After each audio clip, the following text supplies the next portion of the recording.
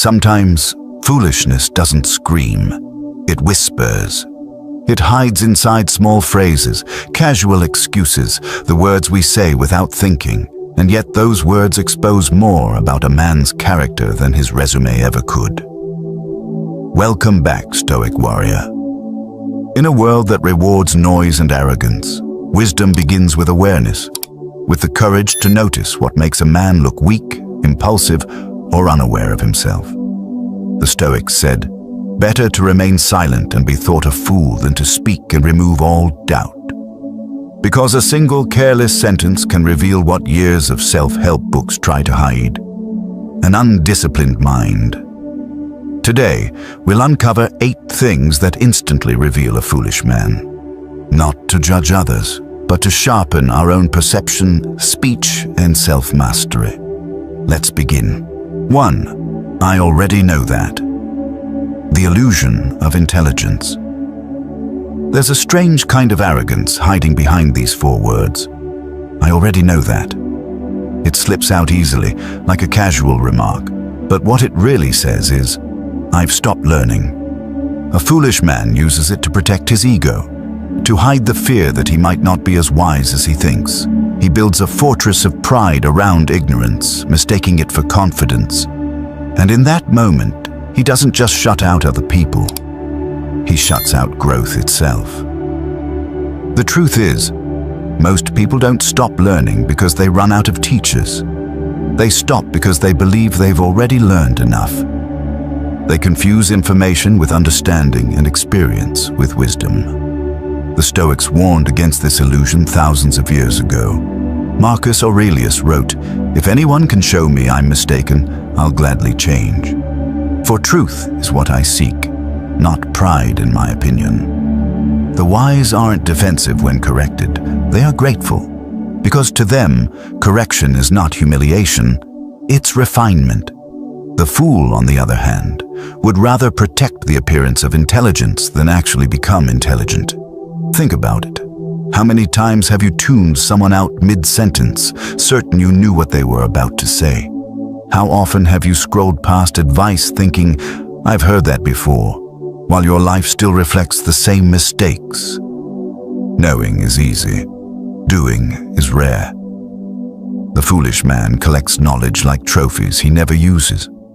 The wise man applies one lesson until it transforms him. That's why even after years of reading philosophy, a Stoic never claims mastery. He wakes up each day as a student, humbled by what he doesn't know yet. There's a simple practice you can try. The next time you're tempted to say, "I already know that," pause for 2 seconds. Take one breath and ask yourself, but do I live it? Do I actually practice the patience I preach? Do I control my reactions or just quote Marcus Aurelius when it's convenient? Real wisdom isn't stored in memory, it's revealed in behavior. The fool speaks to prove himself, the wise observe to improve himself. Seneca said, "While we teach, we learn." It means every conversation, every repetition, every correction is an opportunity to deepen what you think you already understand. When you stop defending what you know, the world starts showing you what you've missed. That's how transformation begins. Not with pride, but with humility. So the next time someone offers insight, even if it sounds familiar, don't shut the door with arrogance. Lean in. Listen again. Because truth is like sunlight. It only reaches those who keep their windows open. A foolish man closes them, thinking the light outside is the same as before. The wise man knows every sunrise, even the familiar ones, still brings something new. The fool closes the book early, the wise man never stops turning the pages. 2. That's impossible. The voice of a defeated mind. The words "that's impossible" have destroyed more dreams than failure ever could. They sound logical, even realistic, but they're usually just fear wearing a mask of reason. When a foolish man says it, he's not analyzing the situation. He's protecting himself from the discomfort of trying. It's easier to declare something impossible than to admit you're afraid to fail. Every time those words leave your mouth, they tell the world one thing: you've already surrendered before the battle even began. The Stoics faced impossible every day. Marcus Aurelius ruled an empire through plagues and wars. Epictetus was born a slave with no rights, no possessions, and no freedom. Seneca wrote some of history's most powerful works while waiting for his execution. They didn't have comfort, privilege, or perfect conditions. Yet none of them said, "This can't be done." They simply asked, "What can I do right now?" Stoicism isn't about blind optimism. It's about stripping away excuses. Because as soon as you stop asking what's impossible and start asking what's within your control, the path forward appears. Epictetus wrote, "It's not things themselves that trouble us, but our opinions about them." That means the moment you call something impossible, you're not describing reality. You're describing your interpretation of it. You're labeling your own fear, your own limitation, and projecting it onto the world. The mountain doesn't say, "You can't climb me." The exam doesn't whisper, "You'll fail." The world is silent. It's your inner voice that screams defeat. A wise man understands this and changes the only thing he truly controls: his attitude toward the challenge. Modern life makes it worse. We scroll through highlight reels, comparing our messy beginnings to someone else's polished result.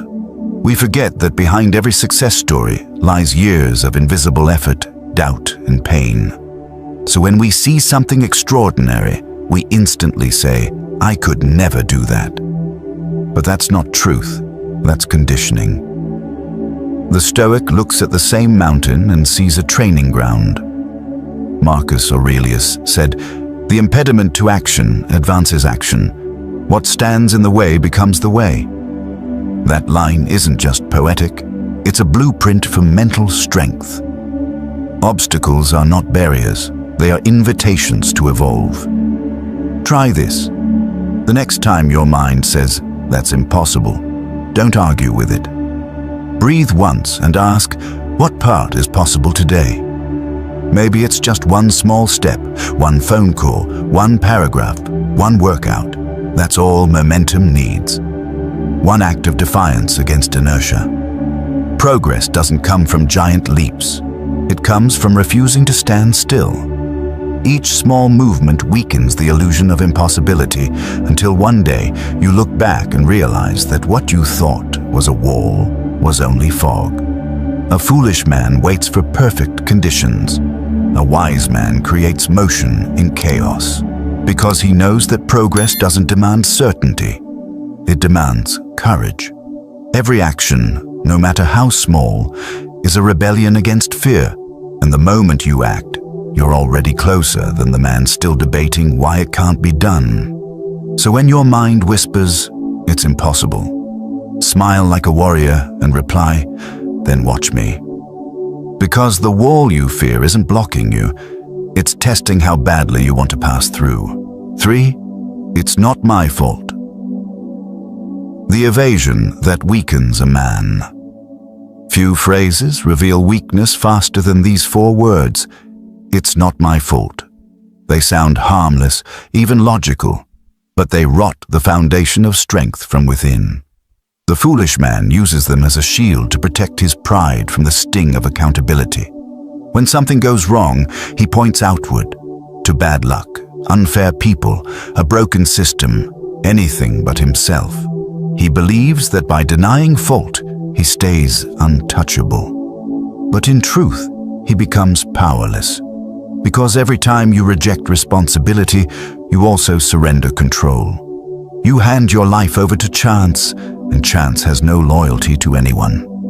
The Stoics called this the greatest mistake a man can make: to confuse what happens to him with what he does about it. Epictetus said, "It's not what happens to you, but how you react that matters."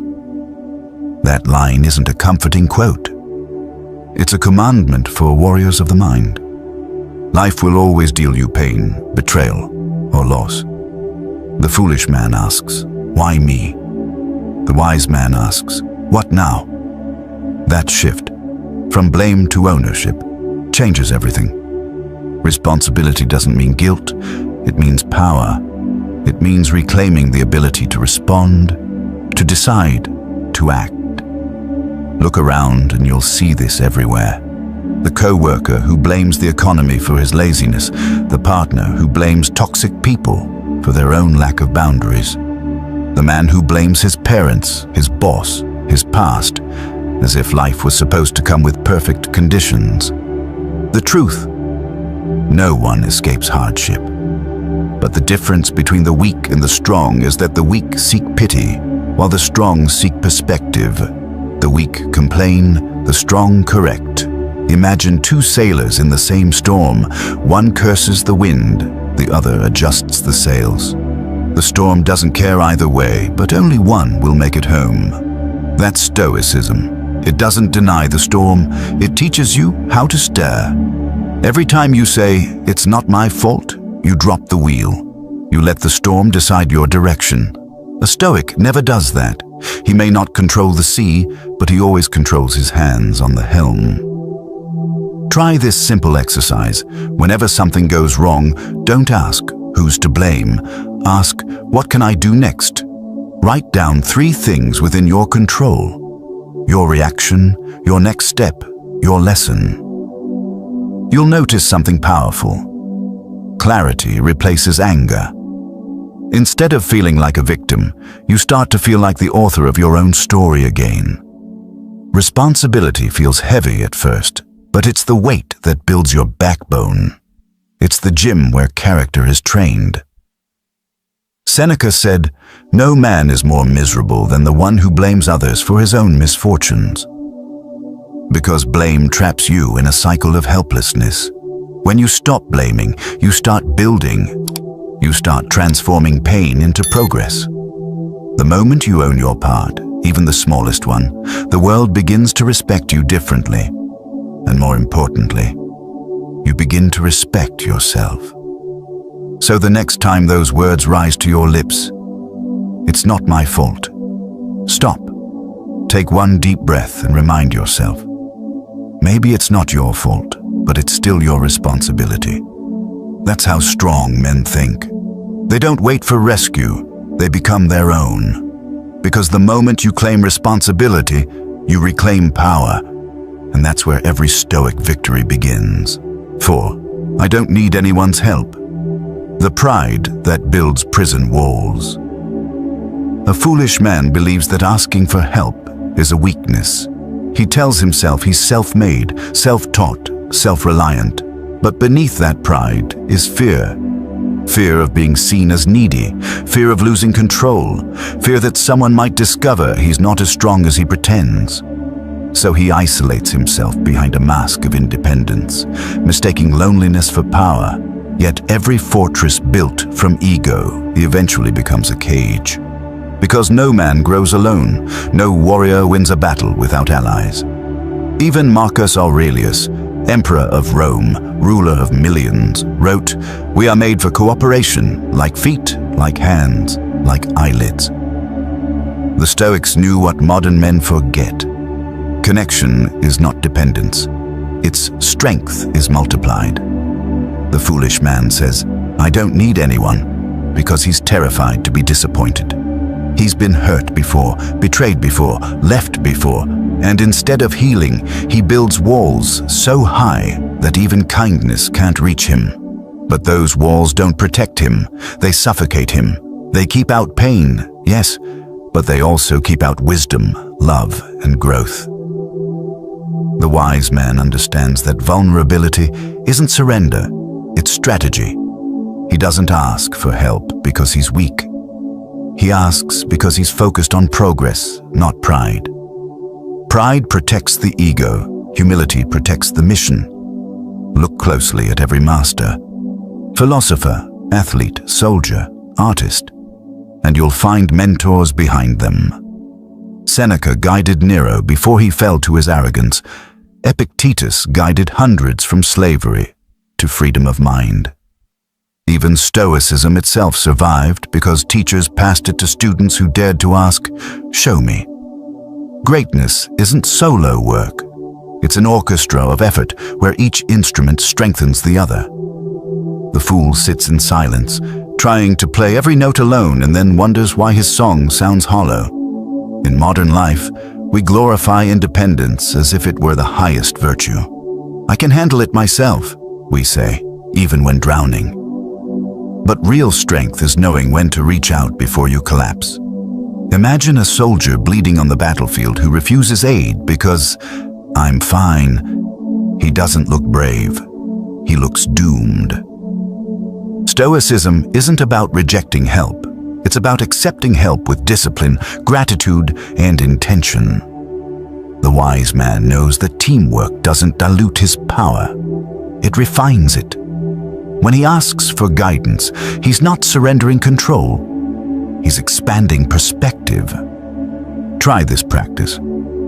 The next time you struggle, ask for one small piece of help. Not because you can't survive without it, but because growth accelerates when pride steps aside. Ask for feedback at work. Ask a friend to hold you accountable. Ask your mentor for advice. You'll feel discomfort at first, like armor cracking. But through that crack, light enters. And that's how transformation begins. Seneca wrote, "No man can live happily who has regard to himself alone." Happiness, strength, wisdom, they're all built in relationship. A fool hides his wounds. A wise man exposes them to the light so they can heal. So the next time your pride whispers, "I don't need anyone's help," smile and answer, "That's exactly why I do." Because power isn't in pretending to be invincible. It's in knowing when to reach out so you can rise higher. Even iron needs fire to be shaped. And every man, no matter how strong, needs another hand to sharpen his edge. 5. I'll do it when I feel like it. The trap of emotional slavery. A foolish man waits for the right mood to act. He says, "I'll do it when I feel like it," as if motivation was some divine signal that decides when he's worthy of progress. He doesn't realize that by waiting for the perfect feeling, he's quietly giving up control of his life. Every time he delays action until he feels ready, he trains his mind to obey emotion instead of discipline. And that's how weakness is born. Not in big failures, but in 1,000 tiny moments of hesitation. The wise man knows that if you only move when it feels good, you'll spend your life standing still. The Stoics warned about this long ago. Marcus Aurelius wrote, "At dawn, when you have trouble getting out of bed, tell yourself, 'I must go to work as a human being.'" He didn't say, "when you're inspired." He said, "when it's time." Because the Stoic doesn't wait for passion. He builds it through action. Emotion follows motion. That's the secret. Discipline first, feeling later. The foolish man reverses the order, forever chasing a spark that never lasts. The wise man lights the fire himself. Think about it. How many dreams die not from failure, but from procrastination disguised as self-care? I'm waiting for the right time. I need to be in the mood. I'll start next week. These are the lullabies of comfort, soothing the lazy mind into permanent sleep. Meanwhile, the disciplined man, tired, uninspired, imperfect, gets up, shows up, and moves one step forward. He doesn't need lightning bolts of motivation. He relies on the quiet rhythm of consistency, because he knows something the foolish man doesn't. Mood is temporary, but momentum is everything. Modern culture tells you to follow your feelings. Stoicism says the opposite. Govern them. Feelings are guests. They come and go. Purpose is a home. You build it brick by brick. When you let feelings decide your effort, you become their servant. But when you act despite them, you become their master. That's the moment true freedom begins. When you realize you can do what's right even when it doesn't feel right. Discipline is not the absence of emotion. It's the dominance of principle over impulse. Try this practice. Choose one habit that you've been postponing. The gym, the book, the call, the project. Commit to doing it for 5 minutes, no matter how uninspired you feel. Just 5. Because once you start, resistance begins to lose its grip. Action is an antidote to apathy. You don't need to feel ready. You need to feel responsible. And responsibility always starts now. Seneca said, "While we waste our time hesitating, life is slipping away." Every second you wait for the right mood, you lose the opportunity to become the man you are meant to be. The wise man knows that progress is rarely comfortable, but always necessary. So when the voice inside says, "I'll do it when I feel like it," answer calmly, "Then I'll do it now." Because the man who waits for motivation is ruled by emotion, but the man who acts from discipline rules himself. 6. I'm too old for that. The lie that kills rebirth. There's a quiet tragedy in the words, "I'm too old for that." They sound mature, maybe even wise, but underneath them hides resignation, the moment a man stops seeing himself as a work in progress. The foolish man says it to justify comfort, to excuse inaction, to make peace with mediocrity. He doesn't realize those words are not the language of age. They're the language of surrender. Time may wrinkle the body, but only self-pity ages the soul. And when you say, "I'm too old," what you're really saying is, "I no longer believe in my ability to change." That belief, not the years, is what kills a man long before his body does. The Stoics saw life as constant training. Marcus Aurelius ruled Rome in his late 50s while sick, exhausted, surrounded by betrayal. Yet he wrote about self-improvement every single day. Cato studied philosophy when he was already old. Epictetus taught until his dying breath. None of them believed there was a finish line for growth. In their eyes, the purpose of life wasn't to preserve youth, but to preserve will. They understood that as long as the mind is alive, the body is still a servant to purpose. It's only when the mind retires that decay begins.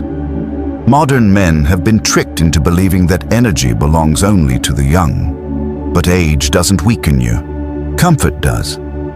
It's the years of avoiding risk, of refusing to start over, that make you stiff in spirit. The wise man knows that change doesn't belong to youth. It belongs to courage. There are men in their 20s already dead in ambition, and men in their 60s just discovering fire again. The difference isn't years. It's hunger. The world doesn't reward the young. It rewards the willing. Picture an older warrior sharpening his sword at dawn. His body aches, his hands tremble slightly, but his eyes are alive. He knows he's slower, but he's also sharper. Every scar has made him precise. Every loss has made him wise. That's the beauty of age, not limitation, but refinement. A foolish man mourns what he's lost. A wise man masters what he still has. The Stoic way to defeat the illusion of too late is to focus on today's radius of control. You don't need to rebuild your whole life. Just start with what's within reach. Learn one new skill. Read one page. Take one walk. Apologize to one person. Begin again, but smaller, smarter, deeper. Seneca wrote, "As long as you live, keep learning how to live." That means rebirth isn't a privilege of youth. It's a duty of consciousness. So when you hear yourself saying, "I'm too old for that," stop and ask, too old for what? For curiosity? For discipline? For what purpose? Those things don't expire. They only atrophy when neglected. The body might slow down, but the mind can still sprint. The heart can still burn. The hands can still build. Remember, the universe doesn't care about your age, only your effort. Every day you wake up, and breathing is a reminder that you're not done yet. The fool counts the years behind him. The wise count the chances ahead, because it's never too late to start again. It's only too late to keep saying you can't. 7. Everything's against me. the victim mind that drains all power. A foolish man loves to believe that the world has conspired against him. When things fall apart, when people disappoint him, when life doesn't bend to his expectations, he sighs and says, "Everything's against me." Those 4 words may sound like exhaustion, but they're really an escape.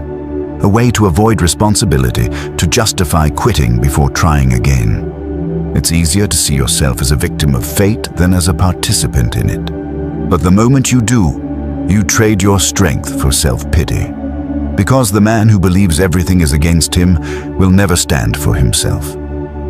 Stoicism teaches the exact opposite. Marcus Aurelius faced betrayal from friends, plague in his empire, and war at his borders. Yet he wrote, "The universe is change. Life is opinion." He didn't curse the chaos. He observed it. He knew that reality isn't personal. Life doesn't attack you. It simply happens. The Stoic doesn't waste energy asking, "Why me?" He asks, "What can I do with this?" That question changes everything. Because once you stop expecting life to be fair, you stop being fragile. When you say, "Everything's against me," what you really mean is, "I've lost control over my perspective." The traffic jam, the rude coworker, the unexpected loss, none of these have power until you give it to them. The Stoics called this the dichotomy of control, the unshakable rule that you cannot command events, only your response. Epictetus said, "When something happens, the only thing in your power is to meet it well." That's it. That's freedom. The foolish man hands his emotions to circumstances. The wise man keeps them on a leash. Look around and you'll see the same victim mindset everywhere. Men complaining about the economy, but never improving their skills, blaming women, society, or bad luck for their stagnation. They wear defeat like an identity, thinking that sympathy is strength. But sympathy never builds a kingdom. The Stoic refuses to beg the world for mercy. He trains himself to endure it with grace. Hardship to him is not an injustice, it's a classroom. Every obstacle becomes a lesson in patience, every loss a test of clarity, every setback a mirror showing where he still lacks control. If you truly want peace, practice this. The next time life feels unfair, pause and say to yourself, "The world owes me nothing." Let the bitterness burn out. Then ask, what's still within my reach right now? Maybe it's your attitude. Maybe it's a single action. One task done with excellence despite the storm. That's how warriors build resilience. Not by changing the world, but by mastering the self that faces it. Seneca wrote, "Fire tests gold, adversity tests brave men. The fool prays for the fire to stop. The wise man uses it to forge himself." When you understand that the universe is indifferent, you stop taking hardship personally. And paradoxically, you become unstoppable. So when that weak voice says, "Everything's against me," answer with calm defiance, "Nothing is against me. It's just my turn to grow." Because the moment you stop blaming the world stops controlling you. The wise don't ask for an easier path. They ask for stronger legs. 8. That's just who I am. The excuse that ends. Evolution, few sentences reveal defeat more clearly than "that's just who I am." On the surface, it sounds like self-acceptance, but underneath, it's resignation wearing a mask of confidence. The foolish man says it when he's caught in patterns he doesn't want to break. He uses it to defend his temper, his laziness, his fear, his selfishness. "I'm just being real," he claims, when in truth he's clinging to a version of himself that stopped growing long ago. Every time you say, "That's just who I am," you're telling the world and yourself that you've given up on transformation. And that's the most dangerous kind of death, the death of becoming. The Stoics never accepted the idea of a fixed self. Epictetus was born a slave, beaten and broken, yet he became one of the greatest teachers of freedom. Marcus Aurelius was born an emperor, yet he wrote every night about humility and self-correction. Seneca was born rich, but spent his final days writing about detachment. Each of them proved that character isn't fate. It's a craft. You shape it daily, with every choice, every response, every thought you allow to linger. The foolish man excuses his flaws as destiny. The wise man disciplines them into virtue. Modern culture loves the illusion of authenticity. Be yourself, it says. But Stoicism whispers, be your better self. There's nothing noble about staying the same if the same keeps hurting you and everyone around you. The fool confuses comfort with honesty. He thinks change means betrayal, but change is the deepest form of truth. It means you've met yourself and decided to grow. Marcus Aurelius wrote, be tolerant with others and strict with yourself. The Stoic knows that self-acceptance without accountability is just self-deception. We all have patterns that whisper, this is just me. The quick temper, the procrastination, the envy, the cynicism. Traits we defend because they feel familiar. But the Stoic mind treats them as guests, not masters. You can acknowledge your flaws without kneeling to them. Yes, this is part of me, you say, but it's not all of me. Because identity is not a cage, it's a canvas. You repaint it daily with your actions. Try this. The next time you catch yourself saying, that's just who I am, stop. Replace it with, that's who I've been, but not who I have to be. Write down one behavior you've been defending for too long. Ask, what would my higher self do instead? Then do it, even once. Change doesn't begin with massive plans. It begins with a single act of rebellion against your own excuses. Seneca said, most men prefer to complain rather than change. That's the essence of foolishness, mistaking misery for identity. The wise man doesn't deny who he was, but he refuses to be imprisoned by it. He understands that self-mastery isn't a destination, it's a discipline renewed every morning. So when you hear that voice inside whispering, that's just who I am, smile with defiance and say, maybe, but it's not who I choose to remain. Because the truth is simple. You are not carved in stone, you are still clay in your own hands. The fool defends his flaws, the wise man refines them, and that's how character is forged, not by staying the same, but by choosing to become new. Every foolish phrase we've explored is just a mirror, a reflection of the moments when we forget our power. I already know that. That's impossible. It's not my fault. I don't need help. I'll do it later. I'm too old. Everything's against me. That's just who I am. 8 small sentences, yet together they reveal how a man quietly abandons his own potential. The Stoics taught that wisdom begins where excuses end. You can't control what happens, but you can always control what you say, what you think, and what you choose next. So let this be your turning point. Speak fewer words that defend your limits, and more that define your discipline, because the world doesn't need perfect men. It needs conscious ones, men who see their flaws, face them, and forge themselves into something stronger. Remember, the fool reacts, the wise rebuilds, and every day you get to choose which one you'll be. A foolish man is not defined by his mistakes, but by his refusal to see them. And in the quiet moments of life, when the world falls silent and only the echo of his own thoughts remains, the truth of his character rises like smoke from a burning fire. This is where we begin to see what truly separates wisdom from foolishness. A wise man examines himself with brutal honesty, but a foolish man protects his weaknesses with excuses, ego, and fragile pride, repeating sentences that cripple his growth long before life ever touches him. When a man says, "I already know that," he closes the door to learning, choosing illusion over reality, while the wise man treats every moment, every lesson, every conversation as an opportunity to refine his understanding. The foolish man claims things are impossible, Not because they are, but because he fears effort, discipline, and the weight of accountability, while the wise man knows that impossibility is often just a label, placed on potential by those too afraid to chase it.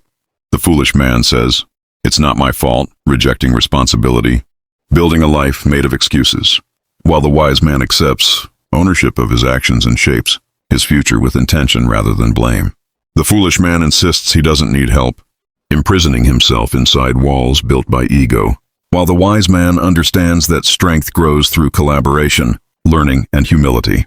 The foolish man says, "I'll do it when I feel like it," living as a slave to emotion, drifting without direction, while the wise man knows that discipline, not motivation, is what creates transformation. When a foolish man says, "I'm too old for that," he kills the possibility of rebirth, forgetting that growth has no age, no deadline, and no expiration, while the wise man understands that new beginnings are always possible for the mind that remains open. The foolish man believes that everything is against him, adopting the mindset of a victim, draining his courage and surrendering his strength to circumstances, while the wise man sees adversity as a teacher and challenges as catalysts for evolution. And perhaps the most dangerous sentence of all is when a foolish man says, "That's just who I am," choosing to remain stagnant rather than fighting for growth, while the wise man knows that identity is not a cage, but a canvas, that who you are today is only the foundation for who you can become tomorrow. Throughout history, the Stoics taught that a man becomes strong not through comfort, but through examining his own thoughts, destroying illusions,